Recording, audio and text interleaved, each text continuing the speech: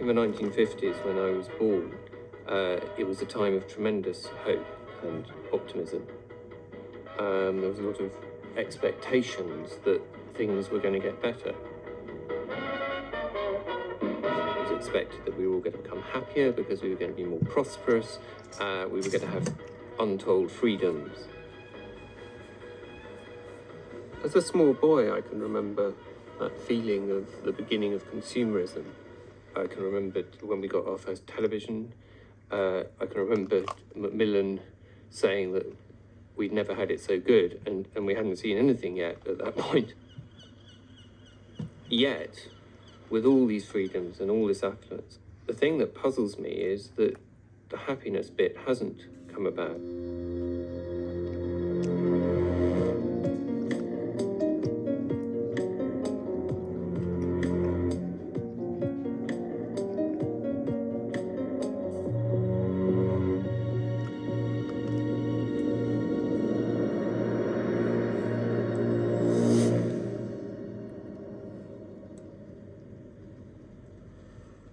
2 years ago, I finished writing a book about the psychological state of the nation, you know, putting Britain on the couch. And basically what I'd found was that we are considerably unhappier, more miserable, more violent, more compulsive than we were in 1950. So, do you feel anything has changed in Britain since then? Well, since I finished the book 2 years ago, we've obviously had new Labour, a new age has dawned. But despite the optimism of the election, I'm not convinced that New Labour, or in fact any political party, are really doing anything to address this issue of our psychological well-being. In fact, I'm slightly worried that they might even be making things worse.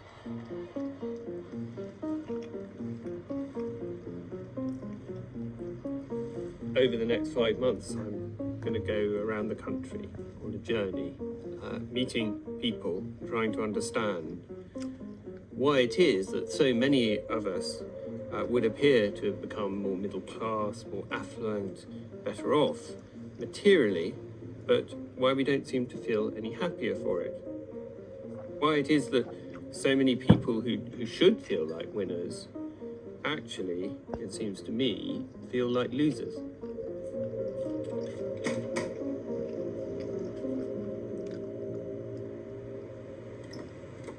Karen, hiya. Nice to meet you. Oh my God, I wouldn't like to walk down those steps. Pissed. Well, you get used to them, actually. You get used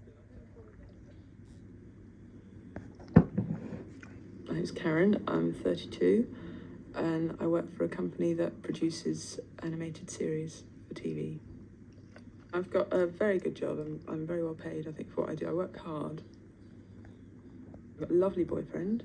I've been going out just over 2 years. We've been together since last year. I've got a lovely flat. It's a nice 2-bedroom garden flat in Chelsea. We also got a little cottage in Somerset, which is great, a real escape to go to at weekends.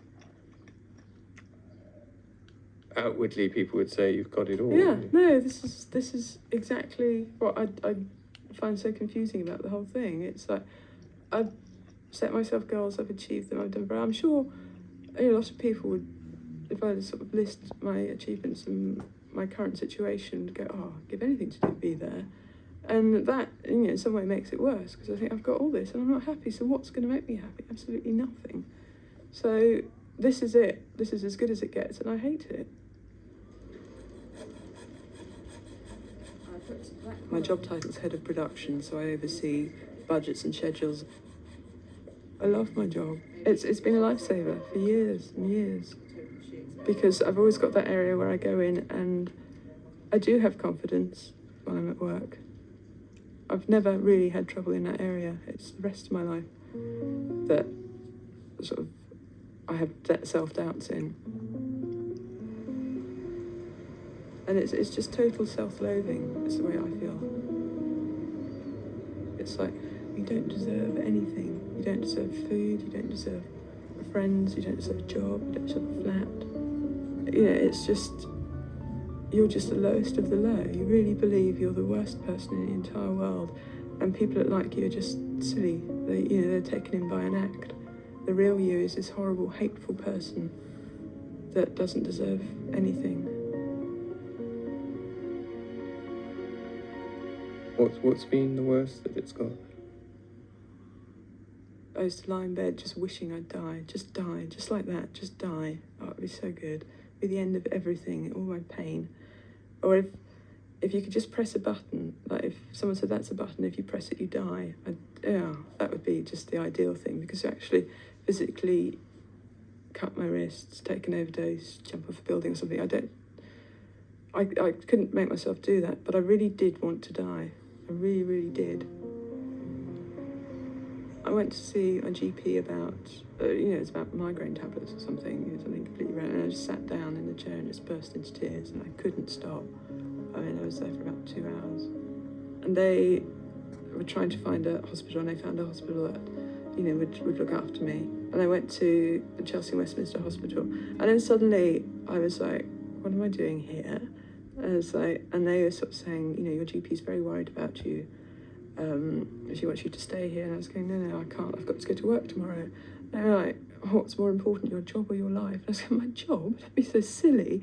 And I genuinely, that was the right answer for me. And that is how I felt. That did shock me, because I thought, I don't want to end up in hospital. What's happening to me? Why can't I just function like a normal person? At that stage, I think I was on Prozac, but I was only taking 1 tablet a day, and they doubled my dose up, and that made me I just felt I could cope with things then. I felt much more normal. I just felt so much better. I just felt I can cope with anything, I can do anything I want, I'm okay. Karen's demeanour is typical of a depressed person. She seems very up and fine, but secretly she's filled with self-hatred. Somebody like Karen isn't in the least bit exceptional. There's 500,000 people on Prozac at any one time. The fact that there's been a huge increase in the proportion of the population who are taking antidepressants is partly just because people are more aware of depression and more prepared to own up to it, and GPs are more prepared to dole out the pills, but it's also because there are an awful lot more people who need them. And it's estimated that for every single person who's on antidepressants, there's at least 5 more who would qualify for a diagnosis that would mean they should be on antidepressants. There's a lot of people out there who are suffering in private and being kept going by taking pills. As it happens, Karen's decided to stop taking Prozac. She's been taking it for 6 months. But I do worry whether her mood will plummet back to where it was before she started taking Prozac.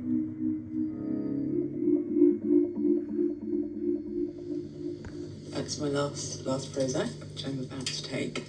I had a pretty terrible day at work today, but I seemed to deal with it all really well. I didn't take any crisis personally. I think it was all entirely my fault, and just, got on with the problem and sorted things out.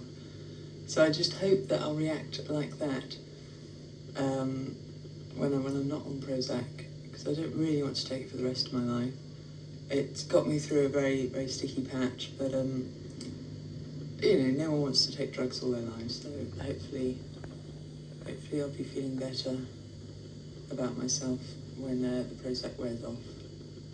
I don't really know what else to say now. I'm just gonna try and talk to the camera as often as I can over the next few months and see what happens, really.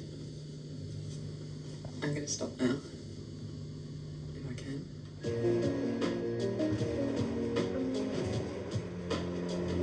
At any one time, 5% of us are suffering from severe clinical depression. 5% of us are suffering from mild depression, and a further 10% describe depressive symptoms. So 20% of the population are feeling depressed at any one time. With the divorce rates, it's obviously now it's 40% the divorce rate, whereas it was 12% in 1950. And that's, both a cause and an effect of the increase in depression. Suicide has become the second commonest cause of death among young people, The use of illegal drugs like marijuana, cocaine and heroin has exploded. Every week, 500,000 Britons are believed to take an ecstasy tablet. All this use of drugs of solace are clear signs that we're more depressed and we're seeking ways of trying to, alleviate a depressed mood.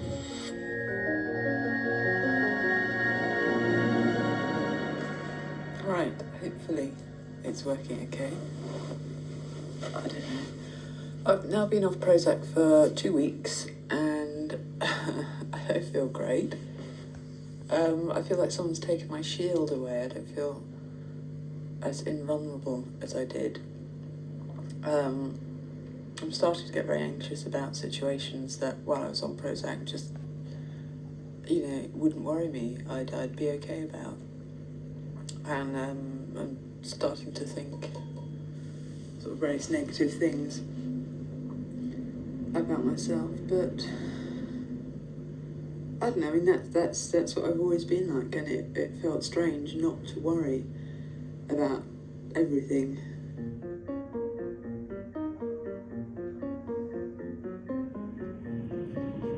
Well, I think what's interesting is that it's not just the socially deprived people in society who've, possibly got quite a lot to be depressed about, who are more depressed compared with 1950. It's also the winners, the people at the top of society who, seem to have it all. People like Karen, who outwardly would appear, as attractive, got a good job, appear to be doing very well. And yet many more of them are feeling depressed compared with 1950. And I think that to understand why we're more depressed overall, the key to understanding that is probably going to be to understand why it is that so many of the winners in our society feel like losers. Do you have high standards? Very. I can't make a mistake. I mean, even if other people are like, oh, it doesn't matter, I'm upset. I don't make mistakes, I can't. In a sense, who's making these judgments? Where are they coming from? Oh, it's me. It's me. I hate making mistakes, and there's no need for them, is the way I see it. You can do everything right. But you know that's not true. true. No, I don't, Oliver. You can do everything right if you prepare. No, you can. No, it's like everything you do. Like if you go out and forget your keys, you didn't have to do that. You could have remembered your keys.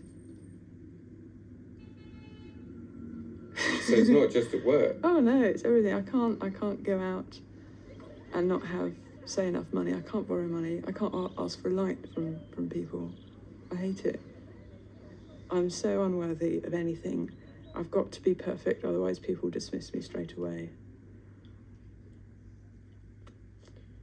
Did you have to be perfect as a child? Yeah, I couldn't drop I remember once I dropped a pint of milk and Mum was so cross with me. She accused me of doing it deliberately. And, in school, I did well academically at school. I got 16 O-levels, 4 A-levels. But no, they weren't all A's though, so not very good. Mum wasn't pleased. If I got 80% and came first, that was good. But if I got 80% and came fourth, that wasn't good. It's like you had to be the best. When I won a scholarship to my senior school, I knew I was loved then. I mean, I just strived for that feeling again because they would just look at me. It was such, they were so happy. And I think I just tried to get that back.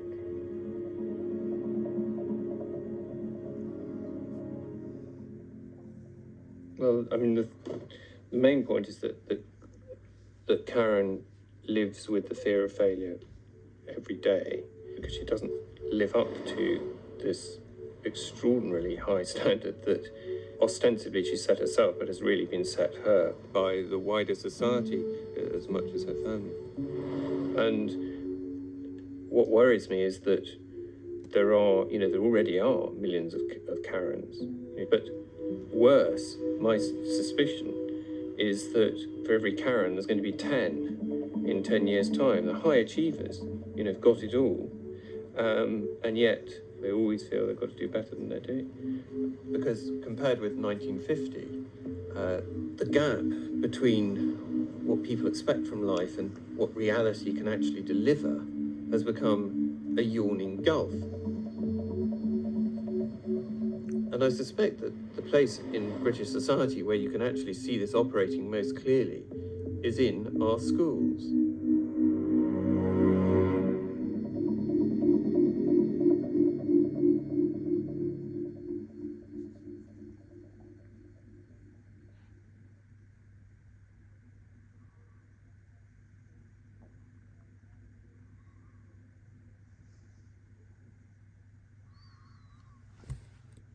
Speech, and I'd also given a speech, and the two of us won the 2 prizes. She had a very special quality that made, through which she could make lots of people feel very important to her. What sort of person was she if she was sitting here now? How would she be as a person? Very smiley, she's very lively, larger than life, very vivacious. At school, she was such an amazing exemplar. And then you go from there, this height, you know, as everybody says, then you go to Oxbridge and you realize that everybody's like that. And it's quite a shock because you thought you were the one or among the few, and then all of a sudden everybody's among the few. But then they seemed to stop her from starting it over again, you know. She was social secretary of the college, and then she was vice president of the college and in charge of welfare. She completely rehauled the welfare system within our college and wrote all the handbooklets. She was involved in thespian activities. She was captain of the women's rugby team. She was a counsellor at Nightline, and she was a brilliant scholar. There were instances when she did, express her self-doubt. Her description vis-a-vis trying to revise for exams was that she had cotton wool in her head. She found it extremely difficult to deal with something that she had been very used to doing, to now deal with the fact she couldn't put the words that she wanted on the page. And because there isn't continual assessment there, because everything depends on this third-year Beecher's Brook, the amount of work she had to do was absolutely horrendous. We would go to libraries and she would read 2 pages, and it would take her 3 hours to read 2 pages because she wouldn't be thinking about the work she was doing there and then. She would be thinking about the sheer volume that she had to get through and thinking, I can't do this, I can't do all these things. And it would stop her doing anything at all.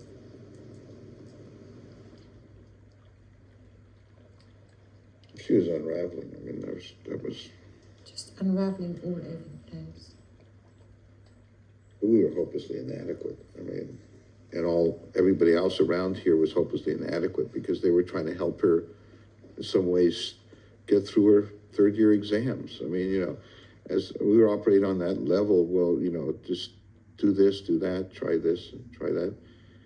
And we're just wholly inadequate. I mean, she was in a different place. I had a business meeting in London on the Wednesday and was going to come up and see her on Thursday. We were supposed to have lunch together. And we talked during the week and she sounded all right. And I came up Thursday morning and she didn't show to her, me where we were supposed to meet. And then I went to where we were supposed to have lunch. She didn't show there. And she didn't answer her phone, so I took a taxi to her lodgings. And when the taxi came around the corner, there was an ambulance waiting there. I had a sinking feeling. And went in and was stopped by an ambulance man who turned out to be the most sensitive person in Oxford. I can tell you that right now. If I ever see him again, I'll give him a big hug. But he was very sensitive, and I I said, is she all right? And he said, no. So he said, there's been a terrible tragedy. And I said, is she all right? And he said, no, she's dead.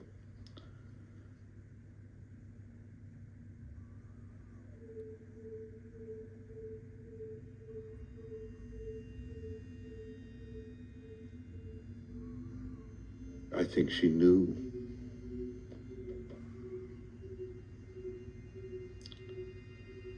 that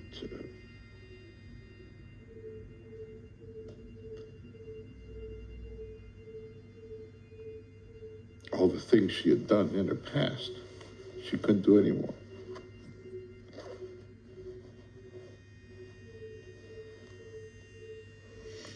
And she couldn't be creative and imaginative.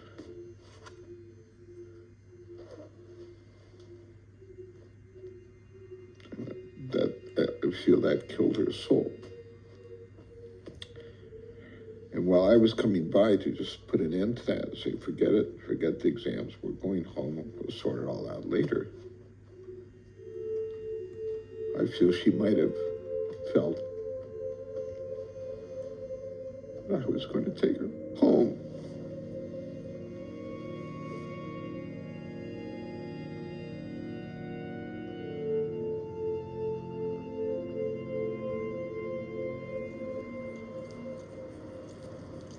We're in Botanical Gardens in Edinburgh, going towards my sister's bench. Sort of sits here with a view of the city, which is kind of what Sarah would have wanted.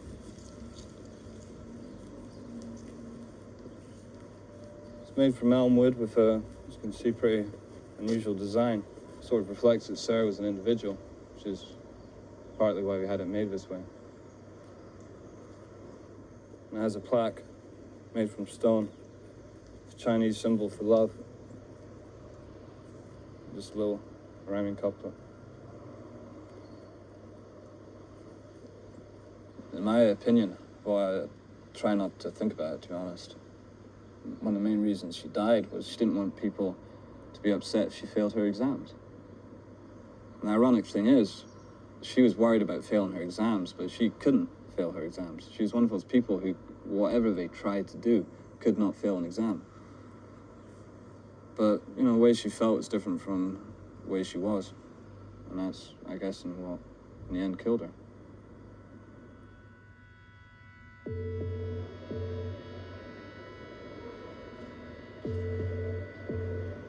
Perhaps living with failure would be more difficult than not living. That must be the way in which people see it, in which Sarah saw it. Did you find it puzzling that this terribly able woman could imagine she was going to be a failure? Did it seem strange? No, not at all. Particularly as it got closer to finals, most of us were sort of battling against the fear of getting a 2-2, and those predicted firsts were battling against the fear of getting a 2-1. And we were all filled with self-doubt and fear. You know, you can cut the atmosphere with a knife. Lots of instances of people taking too many sleeping pills the night before and not being able to get down to schools. From 1990 to 1997, there were 12 suicides at Oxford, 10 of which were third-year students. So you don't have to be a rocket scientist to think there might be a correlation between final year exams, these draconian exams, and people killing themselves. While Oxbridge is quite happy to say that we grow rare orchids with which we win many glittering prizes, they have failed to see or to deal with the conditions under which those orchids are growing. And if you want to capitalize on the gifts, then you also have to look after the vulnerability. I don't think it's recognized. The mix of students has changed. The pressures have changed. The competitiveness has changed. The whole atmosphere has changed. It's not, do you get a degree, but what degree did you get? Did you get a first? Oh, if you didn't get a first or you didn't get a 2.1, you can't go to graduate school. You can't go to the city. You can't get this passport. You can't get that passport. So it's this incredible pressure that is self-induced and put on by the university. And when you look back now, what do you feel? I get incredibly angry with her because I think, you know, it's all over now and you would still be here, and, you know, life goes on, whatever class of degree you get, whether you get a degree. And there were more important things. There are more important things, and she should be here to experience them. I suppose I feel that Sarah's death was a somber tragedy with virtually no redeeming features unless we learn something from it. It's not that, compared with 1950, that there are more vulnerable people going to Oxford. If Sarah had gone to Oxford in 1950, there's no way she would have committed suicide. There's no way that having to, you know, jump the Beecher's Brook of finals would have seemed so awesome to her that she actually would prefer to die. Unless it's recognised that we're doing this to the most able people, making them feel so utterly useless unless they succeed at a ridiculously high standard, we're going to see a lot more Sarahs in the future.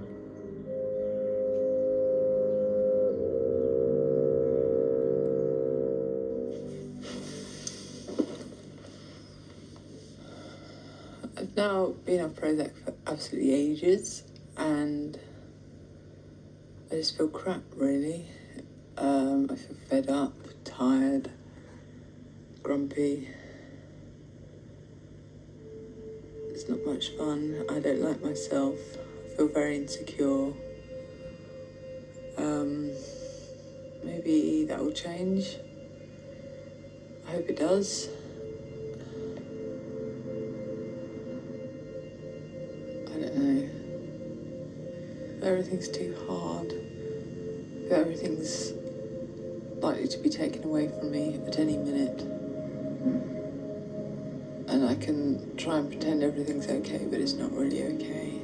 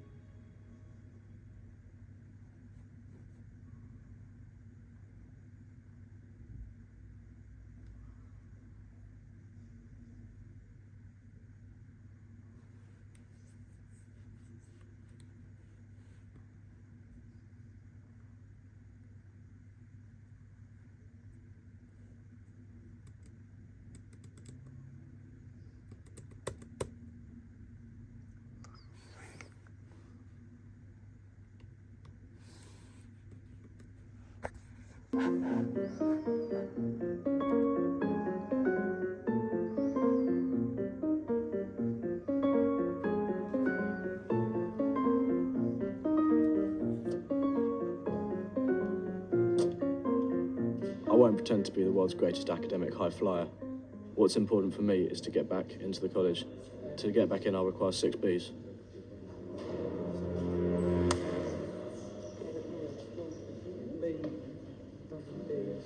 Bring the notepad, bring the notepad. Bring the notepad. Is it all right?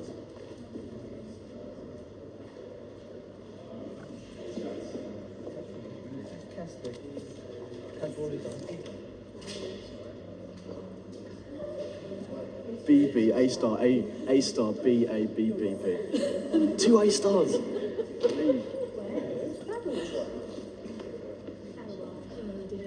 That really is quite something. Am I allowed to say well done? Many, many times. You can give me lots of money and everything. I'm aiming for star days, hopefully.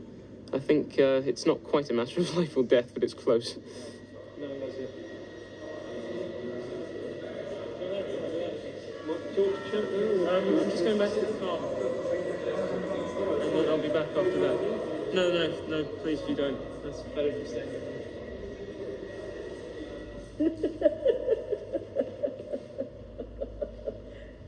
Oh dear, right.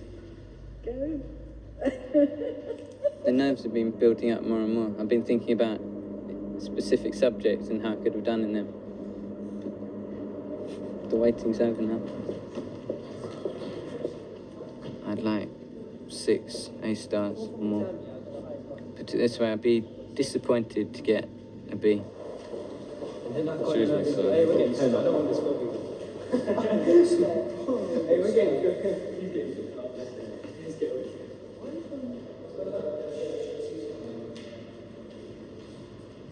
Did much better than I expected.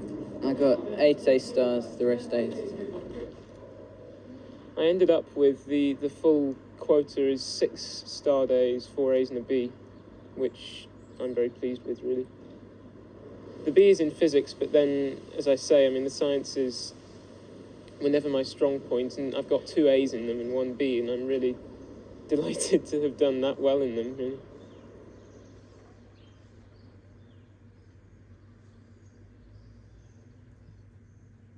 It was great to see you so happy on getting your results, but the curious thing I noticed was that quite a lot of people who got much better results than you. Excuse me. Their reaction was, minimal. They didn't seem to be that thrilled at all, and some of them actually seemed unhappy just because they snapped, only got 1 B or something out of all the rest A's, but they didn't care. Maybe it's that important to them. If I had, though, to be honest, if I'd spent 6 months in the run-up to those exams working every night for hours and hours and hours, I wouldn't perhaps have been quite so happy with what I got. If I got all B's, I'd have been completely distraught. I mean, I really didn't think of that as an option of what could have happened.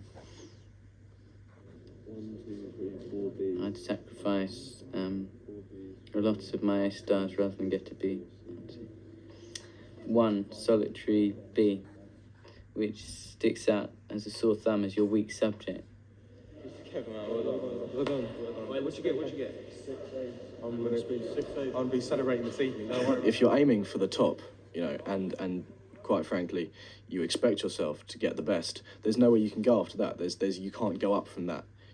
There's nothing that is really going to sort of really please you. There's no pleasant surprise. So you've got to have somewhere for your aspirations to grow to. Oh dear, I'm here. I've got 2 B's and 2 D's. You've got to also at some point remind yourself of all those thickos that are doing worse than you, so you've got some reason to celebrate. Yeah, because that's what you work for. You work for the celebration and the satisfaction of doing well. Oh man, look at that. Fred, you never good you got in your school, man. I haven't got the foggiest idea, Sam, but I did it. It's because I'm a genius. If you don't do as well as your friends comparatively, or even as well as your personal standard you've set yourself, it doesn't matter what 99% of the country that you've never met gets. It matters what you and the people around you set themselves as targets. So you could be a winner and end up feeling like a loser, a winner in terms of the rest of the population. Oh, certainly, yeah.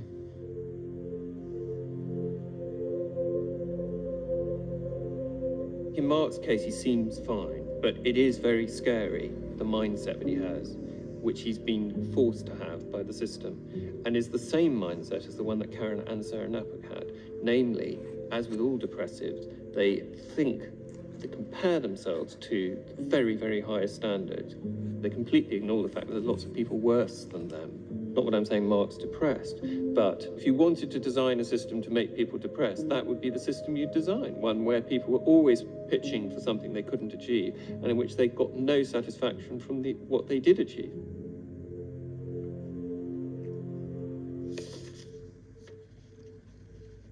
Well, these are my reports in my O-level term.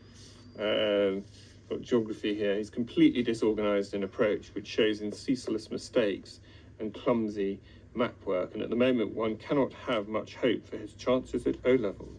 We've got maths here. Quite a few of the members of this very poor class are making a real effort to master the basic syllabus, but James is hardly one of them. In school, he does not seem to know what serious concentration is.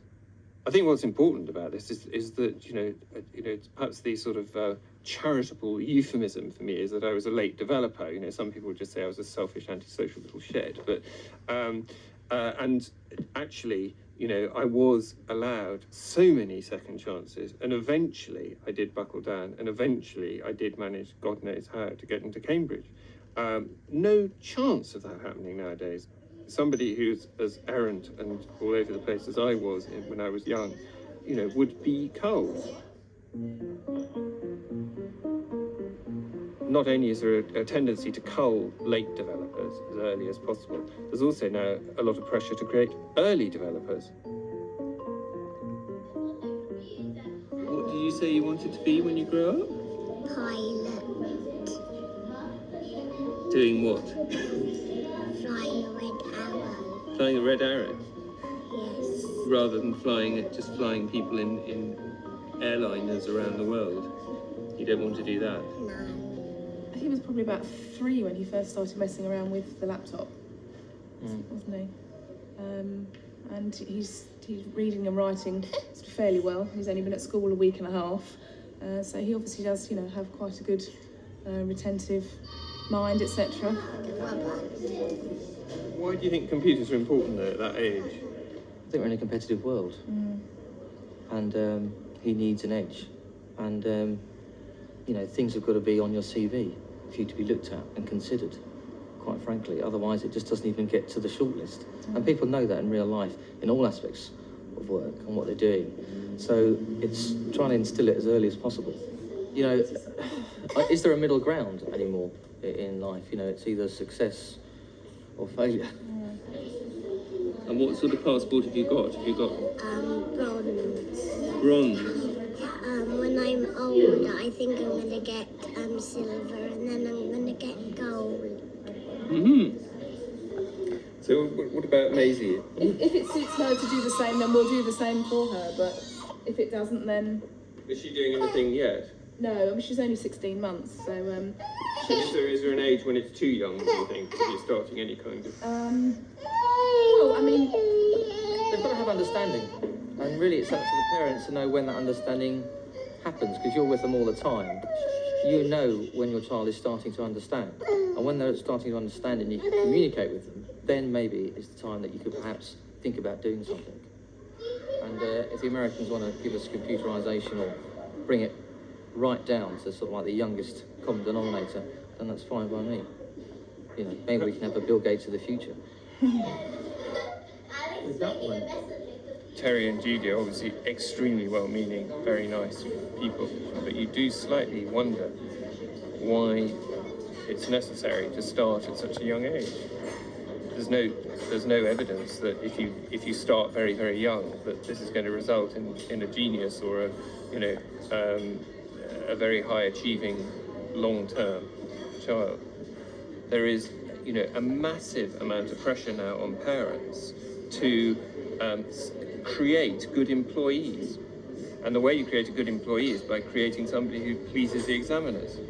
It's all very, very convenient to advance capitalism to have good employees, but I don't think it's at all in the interest of our children. And if there were league tables, not just of academic achievement at schools, but also of how the psychological state that these children are also in, rates of depression, rates of eating disorders and so on, I think, you know, that would be a much more full audit of what the education system is doing. Because let's not forget that most children leave the education system feeling like failures, even if they're successes.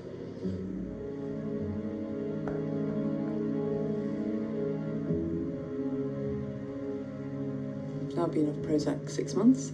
I've started seeing a cognitive analytical therapist who's really nice. I really like her. And she's very sympathetic to talk to, and I look forward to seeing her because it's always useful. I always take something away that helps me sort of that week. Hi. Hi there. How's it going? All right. I have a character who has to come on looking for somebody and he hasn't been able to find him. I now, when I start to feel terrible, I can work out why, and so then if those feelings strike, I just think, no, I'm not going to feel that like that, and it's I think it will become habit, and eventually I'll just react completely normally. That's the plan anyway. I hate doing video diaries.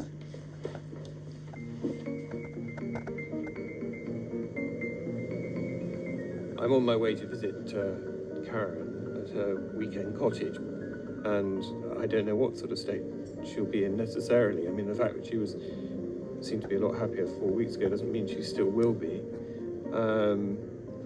But, you know, I'm looking forward to finding out. I'm looking forward to seeing whether, you know, just 10 sessions of therapy could actually affect her emotional well-being. You know, because she was going downhill fast after she stopped taking the Prozac. Ah, there you go.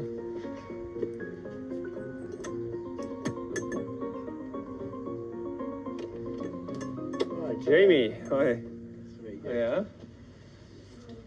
Hi, Karen. Can you get you a cup of tea? Oh, yes, please. How long have you had this, Karen? Bought it a year ago now. Oh, right. It's really nice, because when Jamie moved up to London, because he's been born and brought up in the country, he didn't want to live in London 7 days a week, so we bought this to come to at weekends, which is really nice. And it's a really nice small village. I really liked it. Mm. And how's the therapy been going? I feel much stronger. I feel I'm a stronger person now than I was.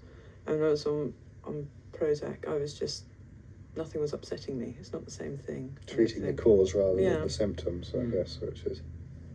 Yeah, it's sort of given me armour to fight things off, which... The therapy has? Yeah, whereas Prozac was just, I think, just a shield. You just stop things hurting me. I mean, when I first talked to you, you talk about sort of that you couldn't stand the idea of making mistakes and so on. And is that something, you know, is it that you've worked on with the therapist about, you know, how the perfectionism? Yeah, definitely. I mean, I'd make a mistake during the week and go and see her, and she'd say, I'd describe the situation to her, and she'd go, well, what was so terrible about that? And I'd say, oh, because everyone will think I'm terrible now. And it's like, they didn't. It was just me. And so that's what I meant by just cutting my worries down. I just say, oh, yes, okay, I could have handled that better, but I didn't, and it's done now, you know, and I can get on with my life. It almost sounds as though your life was plagued with the idea that you ought to be, or wanted to be, something that you weren't. Definitely. I thought if only I was perfect, then everything in my life would be fine. And I think I just took a step back and realised my life was actually pretty nice. The therapist keeps saying, God, you're such a fast learner. But it's just been, at last, you know, this is what I needed. I mean, I've always did have a great job, a great boyfriend, a great flat, everything. But it's like that's making me happy now.